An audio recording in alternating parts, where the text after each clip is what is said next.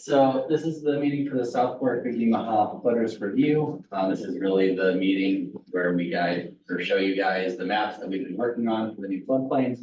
You get to take time, look at them, review them. I'll ask you several times throughout the meeting to make sure you review them now rather than later. But that's really what this meeting is all about. It's talking about floodplain, what we've been doing for the past couple of years. So my name is Stephen Chappay. I'm with the Department of Natural Resources. I'm an engineer, project manager, been working pretty heavily on this project for the past couple of years. And then I'll have the rest of our team from DNR here introduce themselves. And then I'll just ask you guys to say your position and what you do with. So, Jared Ashton, I'm an engineer with Department of Natural Resources too.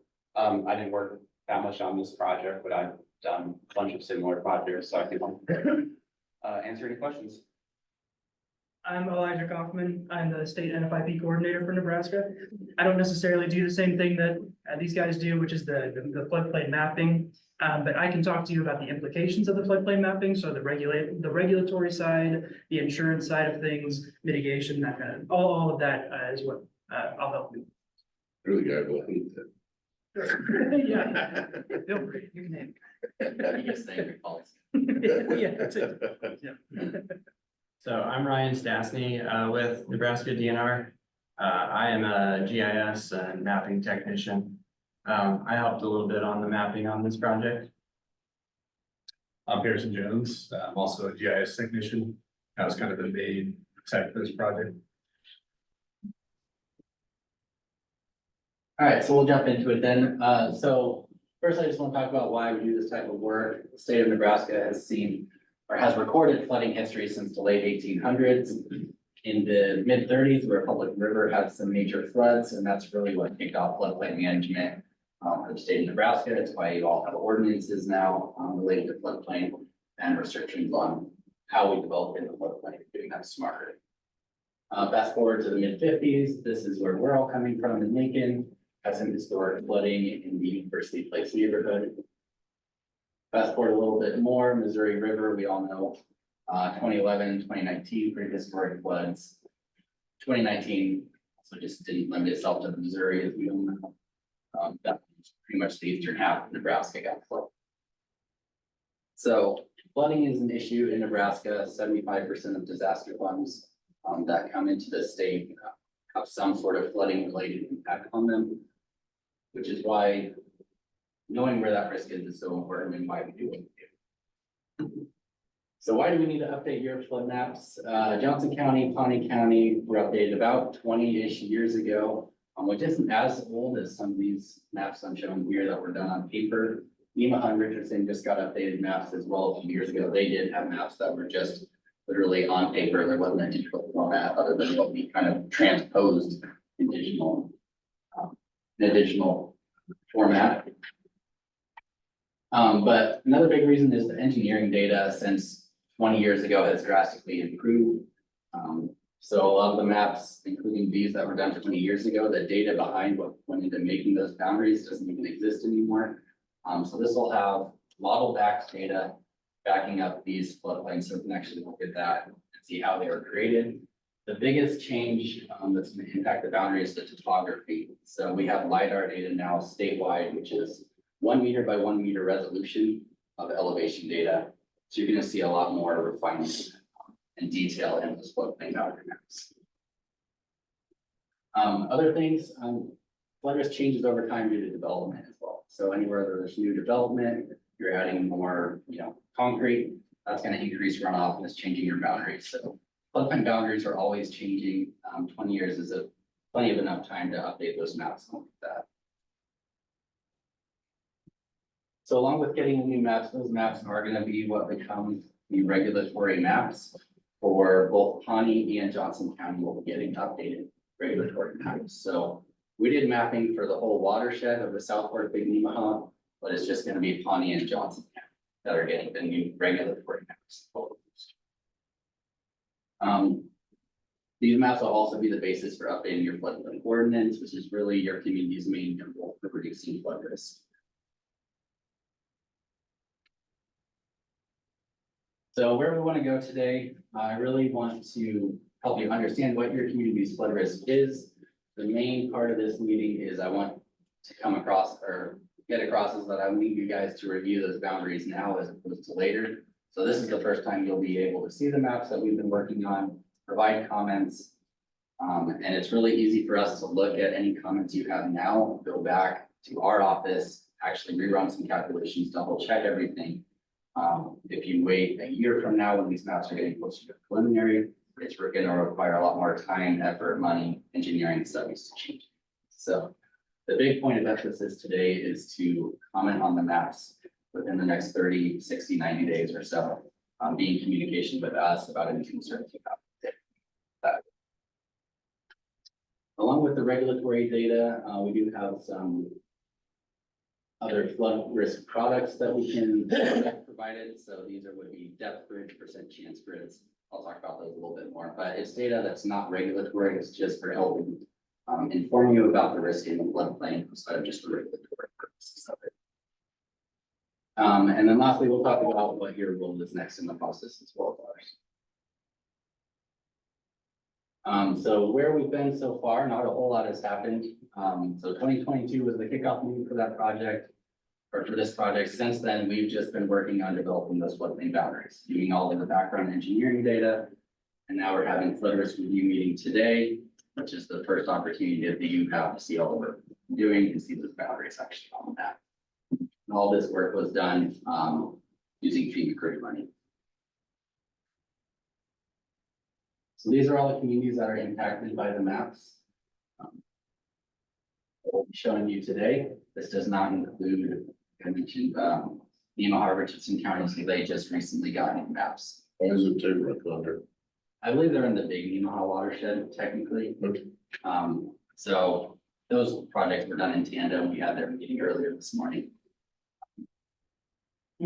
So, yeah, it's a little weird because, we're switching right now from watershed to county. So South Fork Big Nemaha is tied to Pawnee County, and then the Big Nemaha is tied to Johnson County. But it's the same exact meeting, it's just this is based on the watershed. So Big Rock is still getting new record. Should have updated that list. Well, it's updated, yeah, it's just weird that it's watershed. So this would have been a slide that you saw at the kickoff meeting. It's just sort of an overview of what goes into the step we're at now. So one of the first steps is collecting base map information. That's your roads layered, your latest aerial imagery. You've probably been in contact with someone in our office about updating your corporate limits and getting annoyed by them emailing you 5 times to confirm that your boundaries are correct. But really that's just so that when these maps are actually printed by FEMA, on a paper map that you hold in your office, that your corporate limits are correct for the maps map. So you'll probably be hearing from us again, I don't know, 6 months from now to make sure those boundaries are still good. The second piece is the topography, which I mentioned earlier. That's that 1 meter by 1 meter resolution LiDAR data that we have to produce these maps. And then this last piece here, the floodplain boundary, that's really just all of the engineering held together. So that's hydrology, how much water is coming, hydraulics, how high that water is getting, and then putting those two together to spread it out on a map to see what that looks like on top of the base map that we have down here. So this is showing a floodway coming through town here. So for the South Fork Big Nemaha, there weren't any enhanced studies that would have the floodway. It'll all be zone A studies. So along with the floodplain boundaries, we'll also have an updated flood insurance study for the county. That's really the report that says, you know, what data was used and everything that goes behind it, how those maps were made. And then we'll also have the flood insurance rate maps. Those are the physical maps that you keep on hand in your community and almost see you have a physical copy. Again, I'm going to reiterate, now is the time to comment on the maps. This is the first time you're able to see them. Once they go to preliminary, it's going to require an actual engineering study to disprove or show that something, that the boundary should be something different than what we're showing. So it's still in draft form right now, so take the time in the next 30 days. There's a little bit of fluff in there, but the FEMA letter you get is like 30 days. 2026 is when they figured it would be out. It'll be probably a little longer than Yeah, so I'm guessing, yeah, we probably, we're ambitious. So we changed it a little bit. We used to handle the preliminary phase in-house. Now it's a FEMA contractor that we're sort of passing the baton to. So we will pass that to them, I believe, early next year is the plan. And usually preliminary takes about a year. We haven't worked with them much yet, so it's kind of new territory for us. So I don't know how long it'll take. So somewhere next year or early 2026, they go forward. But since, this is all zone A, starting now, basically, we'll use this data for BFE determinations. If you, guys request any of those from us, zone A team lets you use what we call best available, which is whatever is the newest info. So in counties like this, where it's all zone A, that's a benefit, because we can start using the data right away instead of having to wait. That way you're not stuck using old data for people that want to build now, even though, you know, there's new projects coming out, and when new projects come out, maybe they don't meet that. So it's kind of a way to make that transition a little easier. Good. So the elevations will be based on the area, but you don't have to regulate it down. Yep. And we'll show both of those on any determinations, so you'll see both. All right, I mentioned this before too, but other than just the regulatory products, we have a few other tools that we created. We have depth grids, so anywhere within the 100-year floodplain, you can click around on our map and see what the actual depth is. So when you get towards the edge, you might have a foot of water, you get closer to the channel, maybe you're 10 feet underwater at that point. So just a different way to visualize what that risk is within the floodplain itself. And then we also have produced percent annual chance and percent 30-year chance grids. So similarly, you can click around on the map and see in any given year, what's the likelihood I can see flooding at this property? Okay, span that out over a 30-year period for a standard mortgage. What's the chance if I bought this home, I can see water at this property?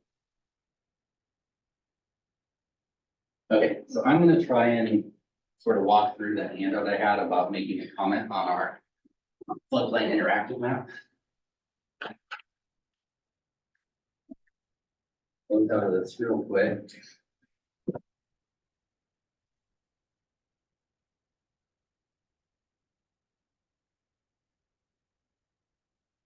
Have you all used our interactive map before, or familiar with it by chance?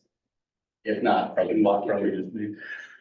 I can walk you through how to get there too. I think if you just Google DNR Nebraska or floodplain interactive, it would pop up, but go the long route.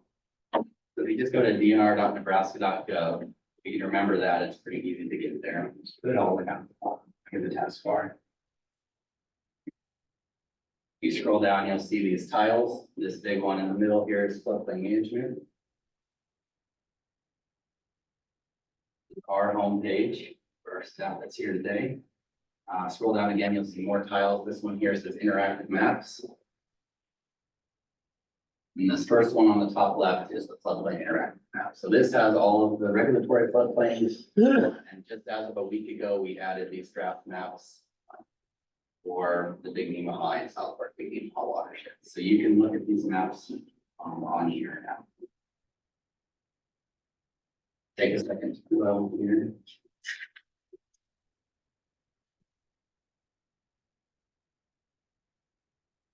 From here, so this yellow hashed area is everywhere where we have active projects and we have draft floodplains essentially.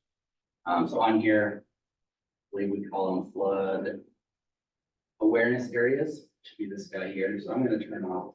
We can also view BFE determinations on here. That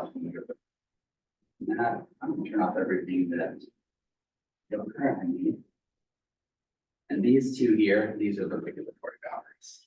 One of them is the actual boundary, it's all the labels, but kind of is.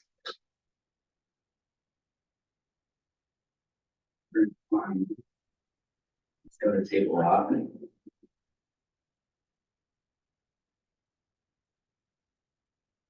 So this is what it currently looks like. The community of Table Rock, we turn that off. These are the new boundaries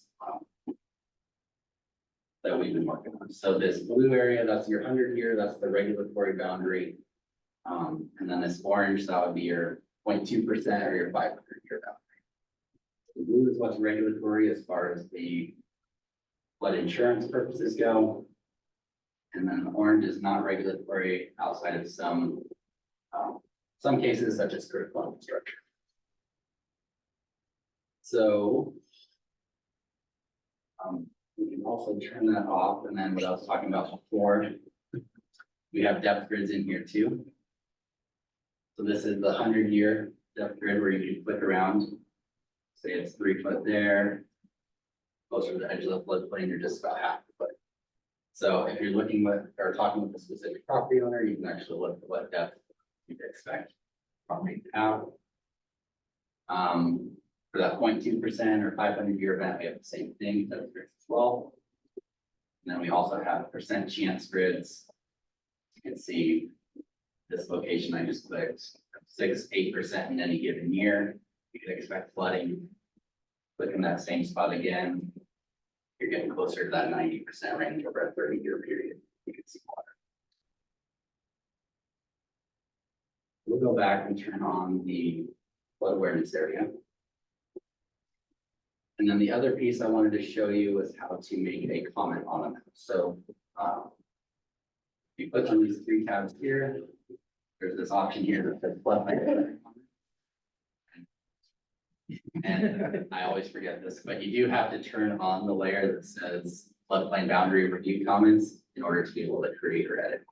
And this is all in that packet, so don't feel like you have to remember it. And feel free to share that packet with others too. This is a public facing site, so anyone can make comments. All right, so turn that on. Check this box. Next, scroll down, there's option to draw a boundary. Let's say, I don't like over here, or I know.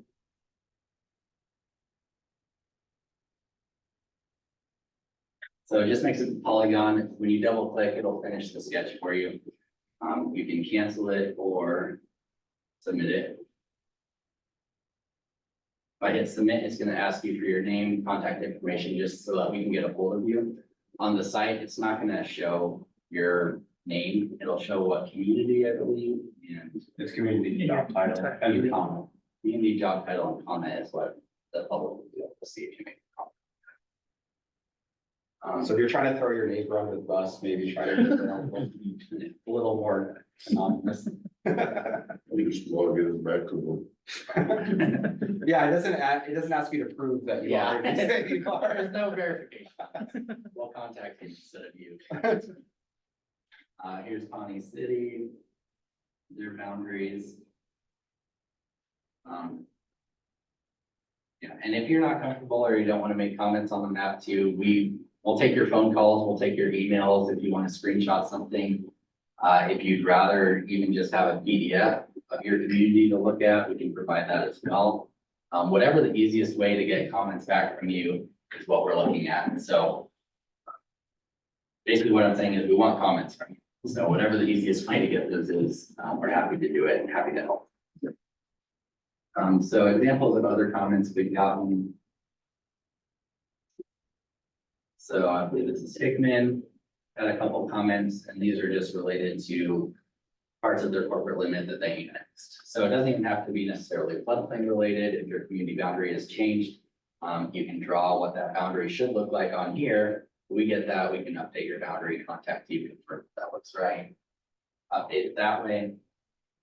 If you have, for instance, areas that flood quite a bit, we have projects going on up in northwest Nebraska in the Lions as well. They had a couple comments, for instance, this is essentially an area that floods pretty frequently. That wasn't in the floodplain before, they made a comment about that. So really what we're looking for with the comments, it's corporate limits, that's great. But floodplain related, if there's areas that flood frequently, properties that get inundated frequently, areas you've had development in the recent future, especially since 2016, is when that LiDAR data was taken. So any development, earthwork that you've done since then wouldn't be reflected in the topography that we have. So let us know that, especially if you have survey data or that was done as part of a project, we can incorporate that now. really any sort of project work or repetitive loss areas that you know of, areas of concern. Or if you think things just don't look right, let's just take a second look at areas. It really takes very little effort when we're at this stage in the process. You can tell if that changed. Yeah, mine went out. By the way, Favor on. you did back to Table Rock. Den's is right there on Highway 4 where it says Sinclair on the map. So Right it there. was, if you go to the old map, that was all under, or it was right through the center of the building. But now it's out, see, Yeah. there. But we surveyed it and actually got it out through you guys, whatever, but It's got a Loma on the property. yeah. Can you back up and go back? How far is it pushed? Yeah. Cause the only issue I'd see, which it ain't nothing back there, but that. The railroad tracks dams it up, and I seen that, when was that, oh, Matt, you, that's probably before you was even there. Remember, it came down that creek and it dammed up and flooded all the way back to Kathy Ortiz's Yeah. place back there, because it couldn't get through underneath the railroad bridge or whatever. But it's pretty wide there now, so I'd say that's all of those. If there's specific areas you wanna look at after the meeting too, we have people with computers that we can just zoom to certain areas, take a look with you. Happy to do that. So what does the orange mean? Orange is that 500-year boundary, so it's not regulatory for most purposes, so if you had a property within that, kind of deal with the regulations that you have. So can you build on them or? Yeah, the only restrictions is related to like firehouse, 500-year event. Yeah, federal funding sometimes ties to the 500 year. You don't want your first responders being also flooded. Well, right? so right there, that big square orange spot there, left, Yeah. right down on this side of the road, right there, Yeah. that's an old football field. I mean, and years ago, there was talk about maybe building something on there or whatever, but back then it was before the other map, it's in the Yeah. floodplain, so they wouldn't do it, but that's why I just wondered if you could build something on there or not, but if it's more likely, it'd probably be federally funded money for some project if they did it, so probably it'd still be out there. Yeah, the federally, if it's federally funded, you're gonna have issues with the 500 plan. But otherwise, for individual development, you wouldn't have the insurance requirement, you wouldn't have the regulations of the 1%, the 100. So we get it back in. But add that as a comment. Yeah. We leaned on the floodplain. Yeah, we don't want to build in it. Anything else you guys wanna look at while I have the map over? Well, that was, so. It takes 2 years for this to kick in though, now, if somebody was to build. Say I was to add on my building now, would I be under the regulation, because the old one shows me in? But yet I done a thing that showed I got the amount. Long, So you have a whatever. Loma, right? Yeah, what the letter of map change you have, do you know, is it just for the structure, is it for the property? How And big just is it? for the structure and so many feet outside So of many it, feet because it out. what the land, I was 1 foot 2 inches above flood stage. Right, okay, so what? Yeah, these maps, not these that are showing right now, these are your flood awareness Yeah. areas, this is what the maps will look like, but they're not regulatory. These are the regulatory maps, so you are still within this boundary, of course, the letter of map change removes the regulation and insurance requirements, but just from whatever the letter of map change removes. Yeah. So if it's just removing the structure and a few feet out, you don't want to add on, because then that letter of map change will. So I'd have to get another letter of map change. Yeah, you would invalidate that letter of map change if you went outside the boundaries of it. You could talk to the surveyor to expand the boundaries of that letter of map change to take more of your property out. If that's something they're able to do, what they might have done is just shot points around it to find anywhere that was above the base flood elevation. What's it? There's a letter of map change later. Yeah, it's just gonna show a point though. So yeah, Well, it that's. has a little bit of information. Yeah, so yeah, this is the it's a SREM means structure removed. Okay. So really, this letter of map change is just for the structure itself. So you wouldn't, if you added on to the structure, it would invalidate the letter of map change. If you talk to the surveyor, they might be able to expand those boundaries. I think they would if you're on the same level. Yeah, Yeah, well, if it's- Your building's not going up or down. now they would ask. We could give them a BFE based on the new study. And that would be the BFE that they could update it based off of, right? That's true, yeah, so you could, you would be requesting a new base flood elevation, but you have to regulate to whatever the. Yeah. The higher of the two is, yes. You guys need to push this paper work through faster. If only.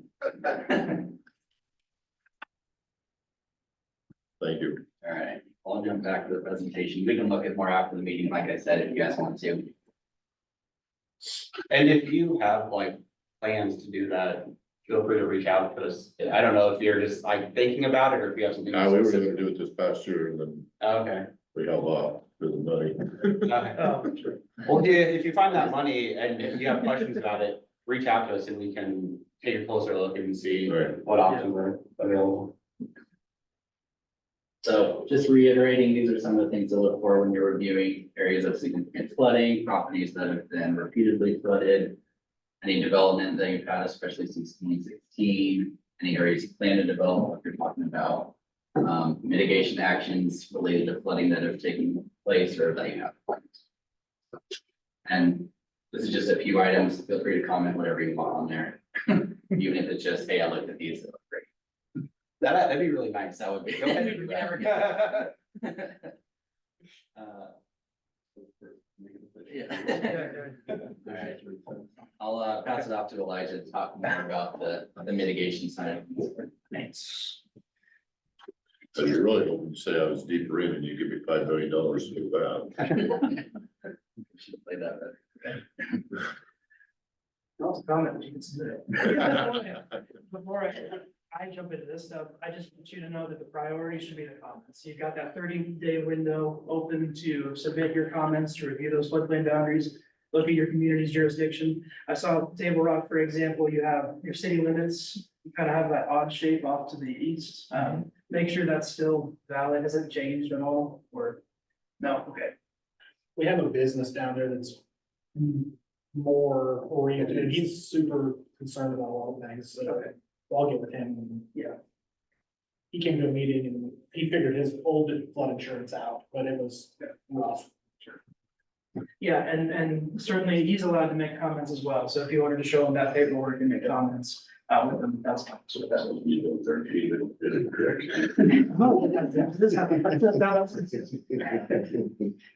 Yeah, so what I wanted to talk about is once you've done the homework of submitting the comments, then we can start talking about how to address some of those flood risks, address some of those concerns within your community.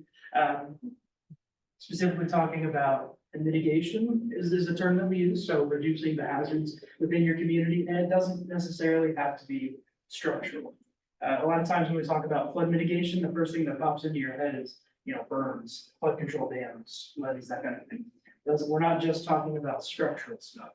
Anything as small as, for example, public outreach and just talking with your community members, updating your floodplain regulations, and just overall spreading awareness, all of that can feed into that hazard mitigation, right? I looked at the Nemaha Natural Resource District. They have their hazard mitigation plan for the area. I believe all of you are participating in that. Is that correct? Okay. And we had somebody from the NRD at the last meeting who was talking about how they were updating they're starting the process of updating that plan. It has to be updated every 5 years. They start about 2 years before it gets fully updated. So make sure you can certainly bring up this new mapping in as they go through that update process to make sure that your hazards are being addressed in that plan. Certainly be thinking about that as I go through this, but one of the things that it talks about in that hazard mitigation plan is flooding being one of the most costly disasters within your area. So we know floodplains are inherently hazardous places. Within a 30-year mortgage, a home has a 26% chance of experiencing, which is a pretty substantial chance. I wouldn't take that chance personally. We also know that climate models are showing Nebraska getting wetter and that storm events have been increasing in frequency, scale, and a decrease in predictability too. Storms have various nature occurring at different times that you wouldn't typically expect them. It's something that we're seeing more commonly, and it's something that is being reflected in our mapping as we go through the state. Of course, one of the most immediate benefits of reducing flood risk is the decreases in cost of flood insurance. And reducing flood risk, again, we're not just talking about, structural, but anything that can help reduce the impacts to a single property or to the community can help reduce those flood insurance rates for an individual. One of the things I wanted to bring up too is the community rating system. This is a voluntary program. Your communities participate in the National Flood Insurance Program. There's another tier to that. You can join the community rating system, which is also voluntary. It encourages the adoption of higher floodplain standards. And then if you enter that program, your community qualifies for discounts on flood insurance premiums. You can enter in at, for example, there's 10 classes. If you enter in at a class 9, it's 5% discount on flood insurance, and for each class rating is an additional 5% discount. So that's something I want to bring out. We're always encouraging that. It's our understanding that with Nebraska's minimum standards for floodplain management, you can enter in at a class 9 very comfortably, just by Nebraska's minimum standards. So you don't necessarily have to do more adoption. But it's something to think about. And of course, how many of you are familiar with your floodplain ordinances, your floodplain regulations? At least you maybe picked them up one time. So, okay, so you can see some not. No, they exist. They exist, they exist.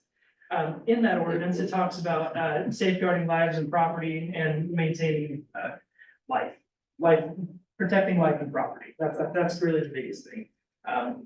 And we can work with you on all of this. So again, public information, we have all kinds of documents on our website or that we can get access to and provide you with to help bring awareness within your community about their flood risk. I understand people who have been impacted by flooding are probably pretty aware of their flood risk, and yet may not necessarily know that there's a interactive map on our website where they can view or access to insurance resources to help reduce their flood insurance rates. All of that is available to them, and we can point you towards those resources, whether they're on our website or with FEMA. One thing that's not in these slides, but the community risk communication toolkit.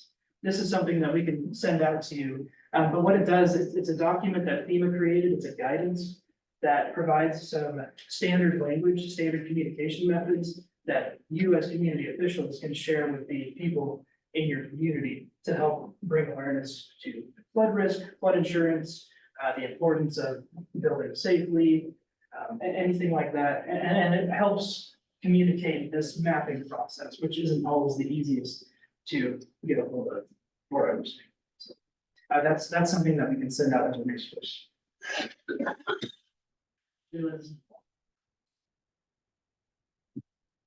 That's right.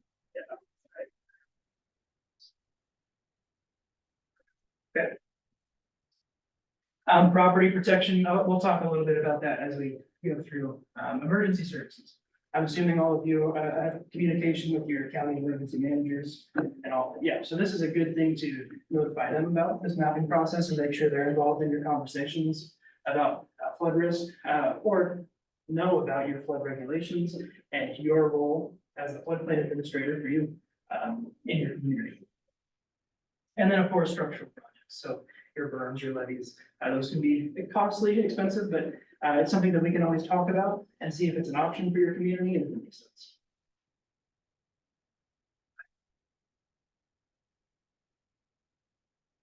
Watershed, so you don't necessarily need to know what those numbers are, but the point here is that we mapped this area in a watershed approach. This is the South Fork Big Nemaha watershed that we mapped together with the big lower. No, big. Big Nemaha. Yeah, Yeah, sorry, Big Nemaha.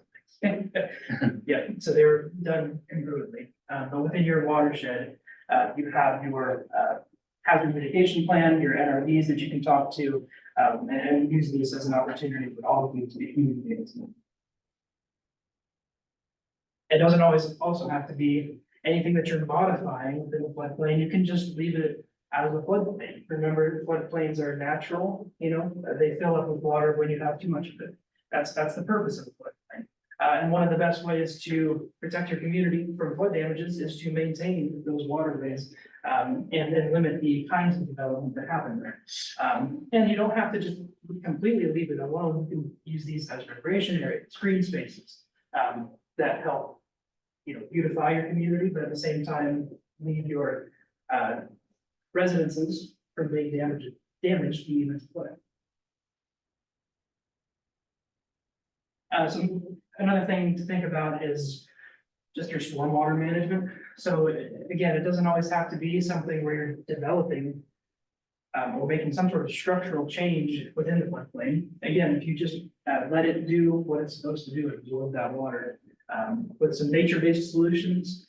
FEMA does have a guidance on what some examples are. If you wanted to look through this and see if there's any areas, any places within your community, maybe there's a culvert that you know of where you could, around it, you could let some growth occur to help with that drainage or to help stop erosion. That's the other thing. You get those root systems working into the soil and help mitigate that erosion issue. So this is a nice guidance that you can use to look at some ideas. I think it has some examples in there, other places that have used nature-based solutions.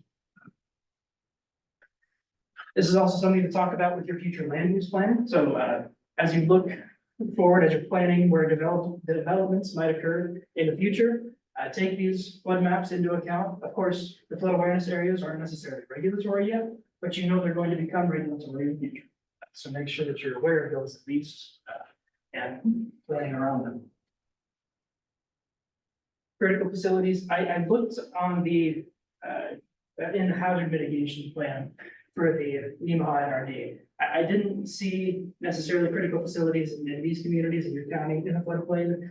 Do we know of any critical facilities? Yeah, it's certainly something to think about, and this is something that we can build into your floodplain regulations, and that's something I should mention too.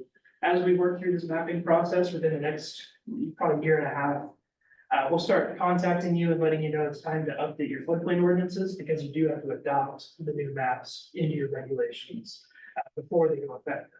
So at some point in the near future, we'll be looking at updating your floodplain ordinances, even if it's just adopting new maps. But it's also an excellent opportunity to build language into your ordinance that can build some of this stuff into your regulations.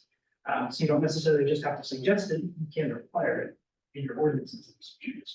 So we have language on critical facilities that should be adopted. Home elevation, of course, we all know about this one. And the two examples here on the left, you see that there's a home that's kind of on stilts. But remember, you don't necessarily have to just elevate the home on stilts or just a concrete slab. You can get use out of that space that you've elevated up above by building, for example, in this image on the right, on top of an enclosed space like a garage. So you can build your home on top of a garage or a crawl space so that you at least get some storage area out of that enclosed space, but you're still elevated above the base of the elevation. Buyouts and relocation. This is something that Beatrice did. I think both of these pictures are from the Beatrice area. But on the left, you see that structure with a lot of water, and on the right, this is what it looks like today. And really, they didn't necessarily do anything to the area besides just take out the properties that were flooding. And so now that floodplain has been restored back to its natural ability to divert floodwater or convey floodwater. They had invested about $4.9 million into this project to purchase these properties, and what they calculated was that over the years since 1973 is when they started this project, all the floods that they've had, they calculate they've saved about $12.9 million in damages from flooding because of this buyout program. So in total, it's resulted in about $8 million in savings. And of course, this funding didn't necessarily just come from the city of Beatrice. We were able to access some funding sources for them. So some funding sources that are available when it comes to flood mitigation. You've got your hazard mitigation grant program, which is overseen by NEMA, which also has the Building Resilient Infrastructure and Communities grant, the BRIC grant. So that's something that we can put you in touch with if you have interest. The flood mitigation assistance grants we oversee at NeDNR. We coordinate with NEMA between both grants to determine what projects might fit where, and what projects might qualify for certain funding. So certainly feel free to reach out to us if you have questions about them. We've been working quite a bit with the Housing and Urban Development group. They have their community development block grants. There's just a number of grants that you have access to. If you want to contact us and talk about it, we can also put you in touch with the state housing mitigation. Perfect. Any questions for me?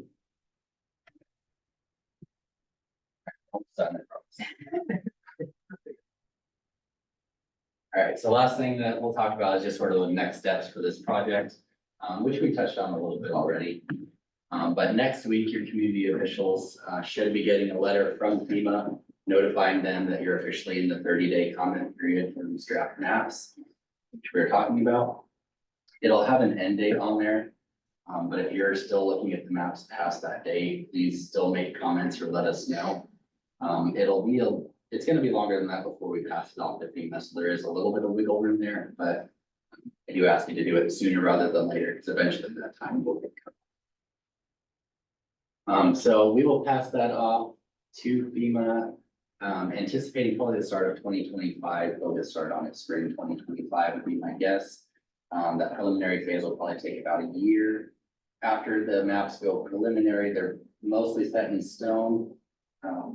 Unless there is an engineering study that you have that comes out, proving otherwise. I haven't seen that in my time here, that there's been anything to change the maps after they go prelim. But that prelim period is usually, I think 1.5 to 2 years time period of just due process that FEMA goes through in order to officially adopt the maps. So I would estimate, again, this is very rough, but probably that 2027, 2028 would be my best guess as to when these maps will become the effective maps. So next steps for you, review those floodplain boundaries. Please get on our interactive map. If you don't want to do that and you would rather have a PDF copy or something even mailed to you, let us know. We'll do whatever is easiest for you to get me to repeat it and comment on it. So, like Elijah was saying, after you've done your homework of reviewing the boundaries and commenting on them, then get in contact with us and see if there's anything mitigation wise you'd like to work on or projects that you think would be helpful for your communities. So I'll say it one more time, please review the maps now. Don't wait until a year from now when it's going to be a lot more costly on your end to get it changed. And this is our contact information up here. Again, my name is Stephen Chappé, I'm an engineer, project manager. Work quite a bit on this project as well as the other members on my team here today. So feel free to hang around, look at different areas on the map. We're happy to show it to you. Otherwise, you can also do it on your own time or share that document about how to make comments with other people that you know might be interested as well. So any questions before we close out here today? Looks good, pass it today. I wish. Yeah, good. All right, well, I appreciate you guys coming. Have a good Thank you weekend. very much. Thank you.